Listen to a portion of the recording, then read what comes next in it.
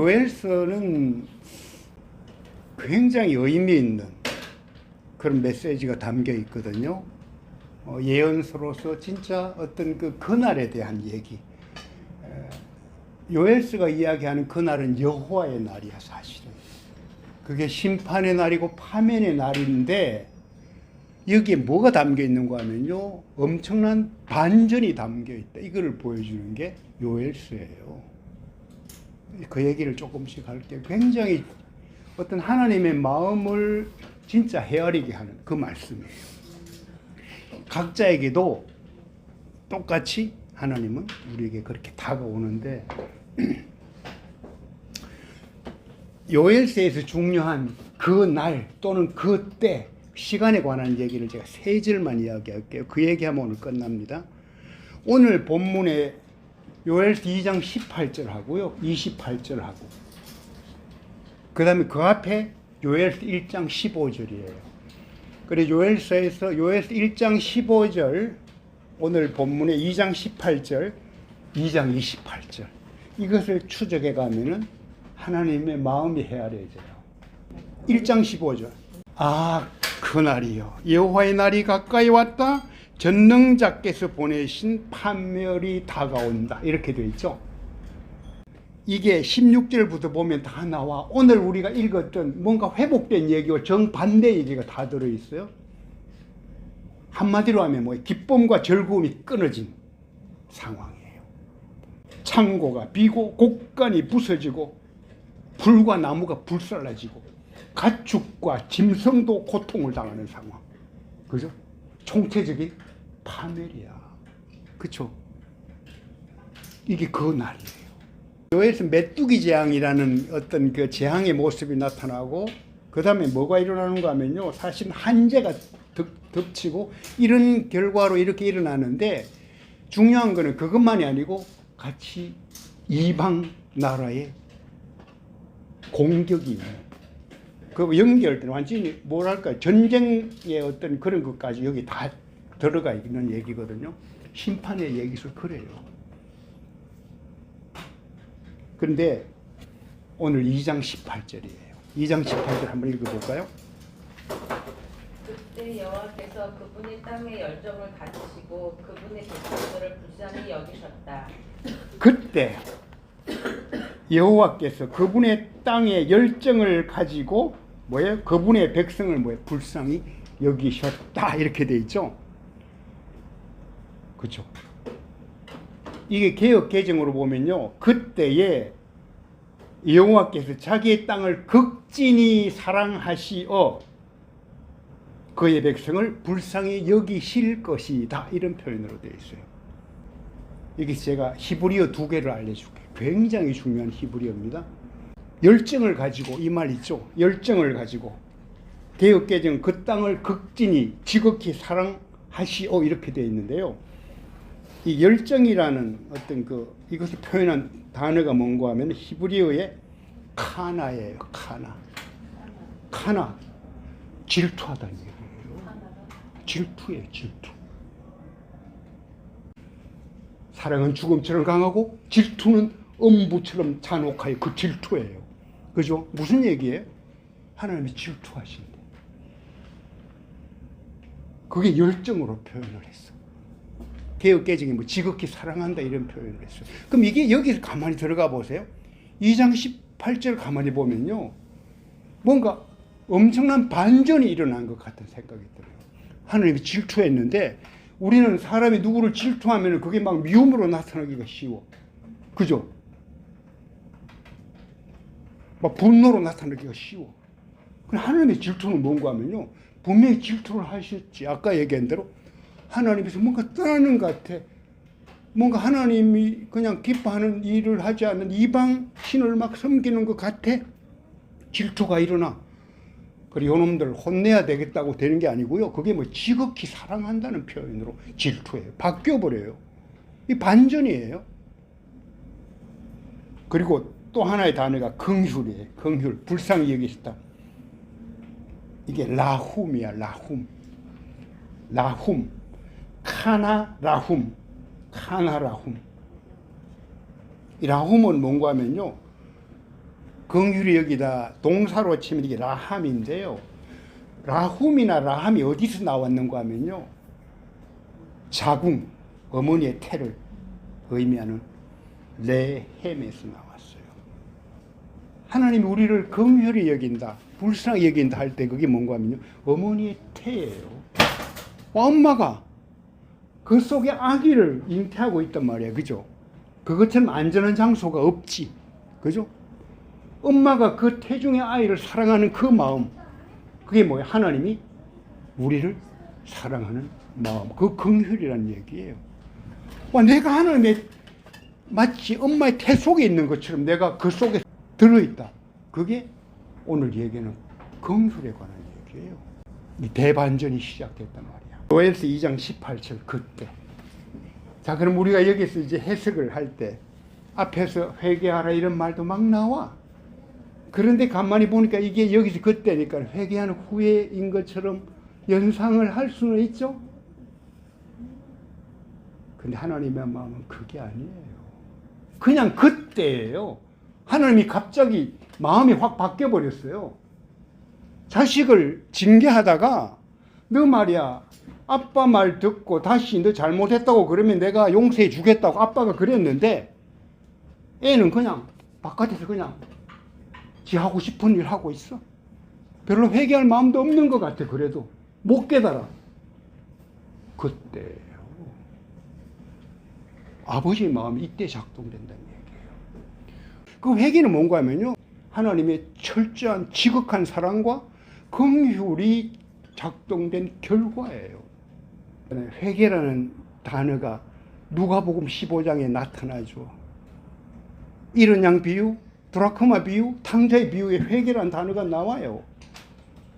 그런데 그걸 우리가 어떻게 생각해요? 탕자의 비유가 하면 약간 회개한 것 같은 느낌이 드는데요. 본문 잘 들어가 보세요. 늘 강조하듯이 탕자는 회개하고 돌아온 게 절대 아니에요. 배가 고파서 돌아왔을 뿐이에요. 드라크마 올라가 보세요. 드라크마 여인이 찾잖아요. 동전에 회개를 해요. 근데 그걸 회개했다고 그래요. 누가? 아버지가 우리를 찾아내는 거를 그걸 회개했다고 그랬대요.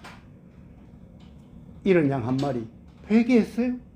아니죠. 아버지가 찾아가서 데리고 왔죠. 그리고 2장 28절 가면 어떻게 해요? 그리고 난 후에야. 그 말은 뭐죠? 연결되는 얘기예요. 그때의 연장선에서 뭐를 해요? 하나님이? 와, 이제 단순히 그냥 하나님이 긍휼히 여기고 그냥 지극히 사랑해서 불쌍히 여겨서 대반전이 시작됐는데 그 앞에 그 파멸의 상태가 이제 완전히 뒤바뀐다는 얘기야. 그 절정에 뭐가 있어요? 영을 부어 주겠다. 언제 부어줘요?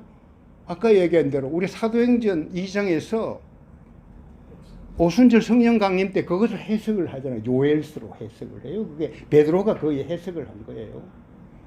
요엘서 2장에 그 새 영이 오늘 여기에 임했구나. 그 베드로의 해석이에요. 비로소 그걸 확인한 거지. 그럼 그 전에 뭐가 있어요? 예수님의 십자가 죽음과 부활이 있었다는 얘기예요. 뭐 그날이라는 어떤 그 얘기가 사실은 우리 지난번에 마가복음에서 했던 그 주님이 잡히고 십자가에 못 박히시던 그날의 연장선에서 이루어진 그 얘기가 이미 요엘서에 예언이 됐다 이런 얘기예요. 사실은 2장 28절 이게 대반전이 아까 절정이라 했죠. 아까 2장 18 대반전이 시작이야. 그날에 남녀노소 이제 상관없어.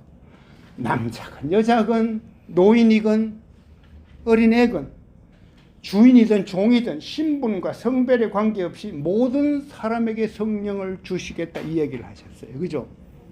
근데 그 뒤에 중요한 하나의 키처럼 열쇠를 하나 넣어놨어요. 뭐예요? 누구든지 주의 이름을 부르는 자는 구원을 얻을 것이다. 만민이 누군가 하면요. 주의 이름을 부르는 만민이에요. 그렇죠? 모든 사람들에게. 제가 다큐의 꿈, 진짜 꿈이 있어요. 그 요엘서 2장 28절이 이루어지는 거예요. 제가 그래서 요엘서 오늘 2장을 묵상하면서 제게 일어났던 이 요엘서 2장 28절의 사건들을 목록을 만들어 봤어요. 엄청 생각보다 많더라고요. 저는 86년 7월 14일에 하나님을 진짜 깊이 만날 때 바로 이와 같은 사건들이 일어났고요. 그래서 은사도 있었고 하나님이 나를 향해서 들려준 소명이 뭔지도 이야기했고요. 성경 공부라든지 뭐 이런 수많은 것들을 통해서 하나님이 하나하나 그렇게 역사하셨던 그 일들이 바로 요엘서 2장이었구나. 제가 글 하나 그럼 읽고 마칠게요. 아들이 중3 때 예수원에서 썼던 일기, 그걸 읽어줄게요. 중학교 졸업 기념으로 친구 M과 예수원을 찾았다. 평화로운 새 지저귀는 소리와 온화한 햇살과 신선한 산바람이 하나님께서 손수 만드신 섬세한 조각품과 함께 어우러져 어느 곳에나 하나님의 임재가 느껴지는 예수원의 풍경은 집으로 돌아오던 날까지 변하지 않고 내 영혼을 맑게 정화시켜 주었다. 하지만 그때의 여행을 정말로 소중하게 장식해 주었던 것은 그곳의 전경이 아닌 바로 하나님 자신이었다. 요한복음을 묵상하며 기도하고 노동도 하고 강의도 듣고 하며 지낸 3일 중 둘째 날 밤늦게 혼자 십자가의 길을 따라 언덕을 올라가 기도처에서 1시간 가까이 기도하였다. 밤을 그곳에서 새려는 생각으로 갔었는데 밤 12시의 2월 날씨는 그리 호락호락하지가 않았던 것이다. 하지만 너무나도 신비롭고 소중한 체험을 했다. 기도처로 올라가는데 솔직히 조금 아니 많이 무서웠다. 짐승 소리와 바람 소리 그리고 어두움. 하지만 혼자가 아니라 하나님과 함께 있다는 생각에 조금은 위안이 되었다. 기도처에 도착하였지만 십자가 앞으로 가지 않고 불빛이 있는 얼음 개울 위에서 기도하기 시작했다. 새까만 하지만 정말로 아무것도 없이 맑은 하늘을 향해 하나님께 하나님의 임재를 확실히 체험케 해달라고 기도하였던 것이다. 하나님께서는 너무 어둡고 무서워서 다가가지 않았던 십자가 앞으로 나를 부르셨다. 그 앞에서 무릎 꿇고 계속 기도했다. 잠시 후 고개를 들어 하늘을 다시 보았다. 나는 너무도 아름답고 신비로운 하나님의 임재를 보았다. 마치 아브라함에게 보여주었던 것처럼 수없이 많고 그리고 시골에서도 보지 못했던 수정처럼 맑은 별들이 새까맣던 하늘에 있었다. 마치 은하계 전체를 보는 듯 했다. 뒤를 돌아 저편을 보아도 좌우에도 가득 찬 별들과 함께 하얀 무엇인지 모를 것으로 된 비둘기의 형체를 보았다. 성령님을 상징하는 비둘기 말이다. 하늘의 별로 나타나신 하나님, 십자가에서 날 부르신 예수님, 비둘기로 계셨던 성령님, 삼위 하나님 모두 내가 간구한 대로 아무도 없는 깊은 산속 한밤중에 내 앞에 임재하였던 것이다. 하늘을 보고 기쁨에 가득 차 두 손을 들고 빙빙 돌며 찬양하기 시작했다. 주님의 높고 위대하심을 내 영혼이 찬양하네. 주님의 높고 위대하심을 내 영혼이 찬양하네. 그런데 그저 하나님을 만나는 것으로만 끝난 것이 아니었다. 감사와 찬양의 기도를 하기 시작했다. 마치 정말 연인에게 말하듯 일상적인 말투로. 그런데 종전처럼 시간이 지난 후 여러 가지 것들을 통해 답해 준 것이 아니라 내가 한마디 하면 바로 대답해 주시는 대화를 했다. 그냥 일상적인 대화. 감사와 찬양의 기도가 끝나자 바로 하늘이 하얗게 되었다가 다시 까맣게 되었다. 번개가 아니었다. 한 번도 본 적이 없는 것이었다. 그러면서 내 마음속에 말씀하기를 그래 고맙다 창호나 하셨다. 또 회개의 기도를 하며 죄송하다고 하자 하늘을 번쩍이며 괜찮다 하셨다. 또 찬양을 부르다가 몸이 얼어붙는 것 같아 하나님 저 이제 갑니다 했더니 또 하늘을 번쩍이시며 그래 이제 그만 가려무나 하셨다. 숙소로 내려가는 길은 올라갈 때와는 전혀 다른 양상으로 내려갔다. 하나님께 손을 흔들어 보이고 찬양을 흥얼거리며 기쁨에 찬 마음으로. 1999년 2월 18일. 와, 그때야 놀라운 반전을 준비하셨다. 그것이 바로 십자가였고 성령의 임재를 통한 너와 함께하는 것이다. 그 얘기가 오늘 요엘서에 담겨 있는 중요한 메시지죠. 하나님, 내가 당신 손잡고 그렇게 가겠습니다. 때로는 그런 생각을 해요. 내 손에 힘이 빠져서 하나님 잡은 손을 놓은 것 같아. 그죠? 근데 하나님은 우리 손을 어떻게 잡는 줄 알죠? 내가 그 손을 놓는다고 내가 떨어지는 그런 상황이 아니고요. 하나님은 절대 그 손을 놓지 않는다는 것. 영화 같은 데 보면 간혹요, 사랑하는 사람 두 사람이 마지막에 헤어질 때 손을 놓을 수밖에 없는 상황이 일어나 스토리가 만들어지잖아. 그죠? 하나님이 우리 손 잡는 것도 간혹 그런까지 느껴질 때가 있어요. 그 지나고 보면 뭐예요? 그 손에 붙잡혀 있다는 얘기예요. 주 선한 능력으로 안으시네. 그 크신 팔로 날 붙드시네. 절망 속에도 흔들리지 않고 사랑하는 주 얼굴 구하리. 선한 능력으로 일어서리. 주만 의지하리. 믿음으로 우리 고대 안에 주실 그날 영광의 새날을 맞이하리.